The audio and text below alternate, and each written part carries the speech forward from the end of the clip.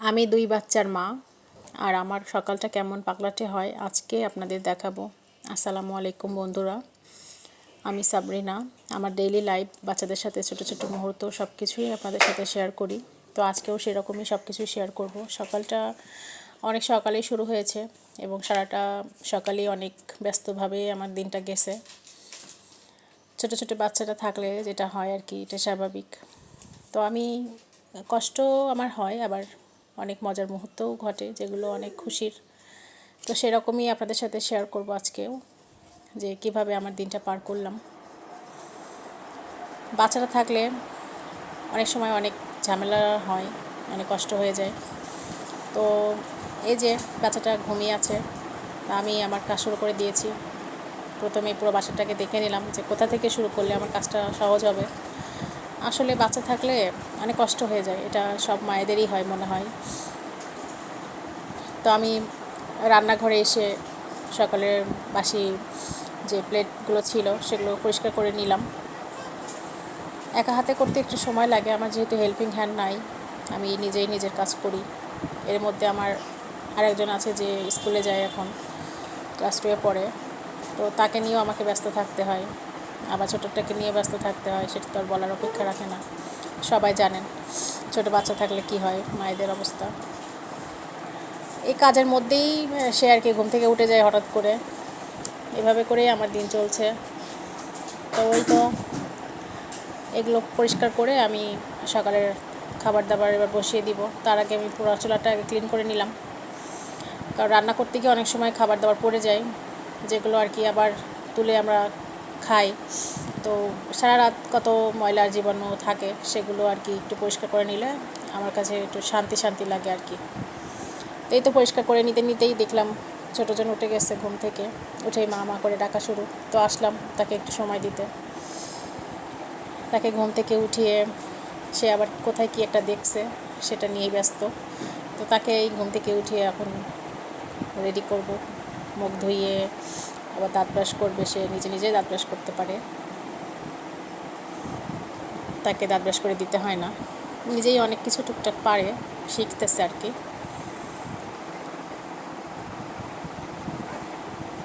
তো সে আবার ছোটোদের ব্রাশ ব্যবহার করে না, সে আমাদেরকে দেখে দেখে সে বড়টাই চায়। তো তাকে বড় বড় ব্রাশই কিনে দেওয়া হয়। বাচ্চারা আসলে বড়দের দেখেই শেখে আর কি। এই তো তাকে ব্রাশ দিলাম, সে নিজে নিজেই ব্রাশ করছে, দেখেন কি সুন্দর করে, মাশাআল্লাহ মাশাআল্লাহ। তো তাকে মুখ ধুইয়ে রেডি করে রেখে আমি রান্নাঘরে গেলাম। আমরা আমাদের জন্য ভাত বসিয়ে দিলাম। আমার হচ্ছে সকালে বেশি কিছু রান্না করি না, ছুটির দিনে আমি একটু হালকাভাবেই দিনটা বার করি। আর রেগুলার যখন ওদের স্কুল থাকে তখন তো আমার রুটি পরোটা বানাতেই হয়। আর ছুটির দিনে আমি সাধারণ ভাত, ডাল, আলু ভর্তা, ডিম ভাজি, মাছ ঝোল এগুলোই করি। তো এই ভাত বসিয়ে দিলাম, সাথে কয়েকটা আলু কেটে দিব ভর্তা করার জন্য। আর এরই মধ্যে ছোটোজনকে একটু পানি খাইয়ে দিলাম।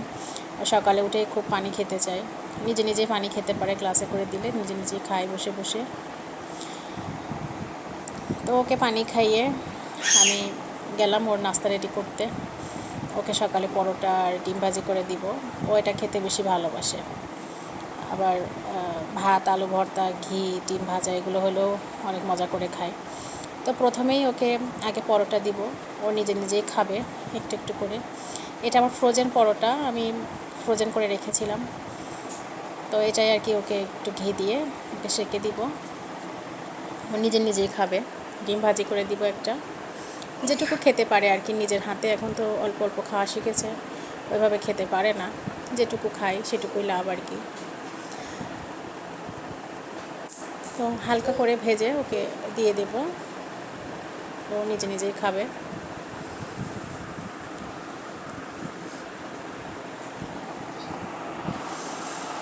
নিজের হাতে খেতে সে খুবই ভালোবাসে, সে অন্যদের হাতে খেতেই চায় না। তারপরে আমি মাঝে মধ্যে খাইয়ে দিই, ছোটো মানুষ তো সবসময় পেট ভরে খেতে পারে না নিজে নিজে।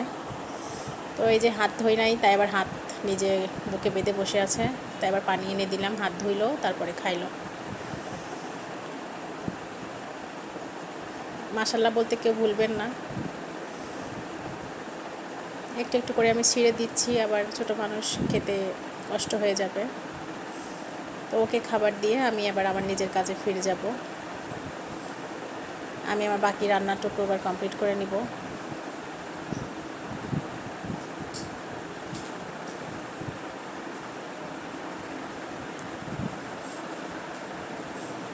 এরই মধ্যে সে আবার হিসুও দিছে, তো তার ড্রেস চেঞ্জ করে দিলাম, দিয়ে তাকে আবার খাইতে বসিয়ে দিয়ে আমি এবার আমার রুমটা একটু গুছিয়ে নিব, খাটটা একটু ঝাড়ু টাড়ু দিয়ে গুছিয়ে নিব। আসলে বাসাটা পরিষ্কার পরিচ্ছন্ন থাকলে নিজের মনেই শান্তি লাগে।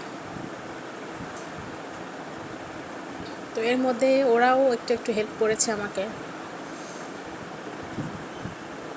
আসলে জীবন তো সবসময় সহজ না, মাঝে মাঝে ছোট ছোট এমন মুহূর্ত আমাদের জীবনে থাকে যেগুলো আমরা দেখলে অনেক খুশি হয়ে যায়, মনে পড়লে অনেক খুশি খুশি লাগে। তো সেরকমই যে আমি যে রুমটা গোছাচ্ছিলাম, এর মধ্যে আবার ছোটোজন খাবার নিয়ে খাটে উঠে গেল। এখন দেখবেন সে কী কাণ্ডটা করে। সেও গোছাতে পারে মাশাল্লাহ। দেখছে যে ওখানে ওটা ভাঁজ পড়ে আছে রেক্সিনটা, তো সেটা আবার টেনে ঠিক করে দিল। এটা দেখে আমার আজকে এত ভালো লাগছে যে সেও শিখে গেছে, বুঝে গেছে যে কিভাবে গোছাইতে হয়।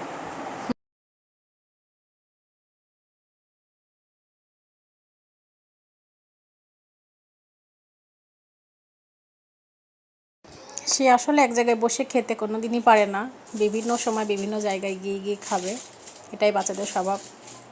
তো এই আবার খাটের ওপরে উঠে আসছে, এখানে বসে খাচ্ছে, খাইতে খাইতে আবার হাত থেকে কিছুটা ফেলবে, এখানে ওখানে মাখাবে, মেখে আবার নিজেই পরিষ্কার করবে, পাকা বুড়িটা।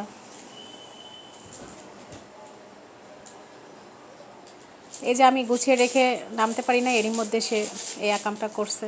সে নিজে খাটের উপরে সেই আর কি তেলওয়ালা পরোটা যেটা, সেটা ফেলছে, ফেলে আবার নিজেই তুলছে, তুলে আবার কাপড় ভিজিয়ে আনছে, এনে এই যে মুছতেছে।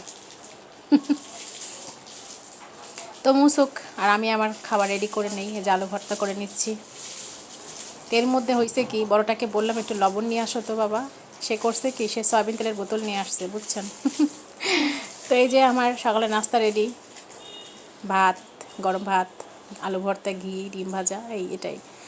তারপর খেয়ে উঠে এই যে কাপড় দিয়েছিলাম মেশিনে ধুইতে, তো সেগুলো এবার বারান্দায় এসে মেলে দিচ্ছি। এর মধ্যে আবার ছোটোজন আসছে আমাকে কাজ এগিয়ে দিতে, আমাকে হাতে হাতে উঠিয়ে দিচ্ছে আর আমি সেটা মেলে দিচ্ছি। তারপরে যে কাপড় মেলে ওদের সাথে একটু সময় কাটালাম। তো দেখেন ছোটোজন কী পাকনামোটা করে আমার সাথে, কী কথাগুলো বলে একটু শুনবেন। অনেক মজার মজার কথা বলতে শিখছে, তো সেই নতুন নতুন কথাগুলো একটু আপনাদেরকে শোনানোর জন্য আমি একটু রেকর্ড করছিলাম আর কি। বলো তো তোমার নাম কি? রায়া। আচ্ছা, তুমি তোমার মাথা কই দেখাও তো আমাকে, মাথা ওইটা। আচ্ছা, তোমার চুল কই মা? তোমার হাত দেখাও। তোমার চোখ কোনটা বাবা? আমাকে দেখাও তো তোমার চোখ কোনটা, চোখ দেখাও, চোখ। ও বাবা, আমি ভয় পেয়েছি। তুমি মাকে দেখাবে না? কেন দেখাবে না? তুমি কি রাগ করেছো? তুমি রাগ করেছো? তোমার পা কোনটা বাবা? তোমার আঙুল দেখাও তোমাকে। তারপরে এই যে দুজন মিলে একটু দুষ্টামি খেলা করছে। তো এভাবেই আমার সকালটা পার হলো। এবার দুপুরে রান্নার জন্য প্রস্তুত হতে হবে। তো ভিডিওটা যদি ভালো লেগে থাকে তবে অবশ্যই একটা লাইক করবেন এবং কমেন্টস করে জানাবেন আপনার মতামত।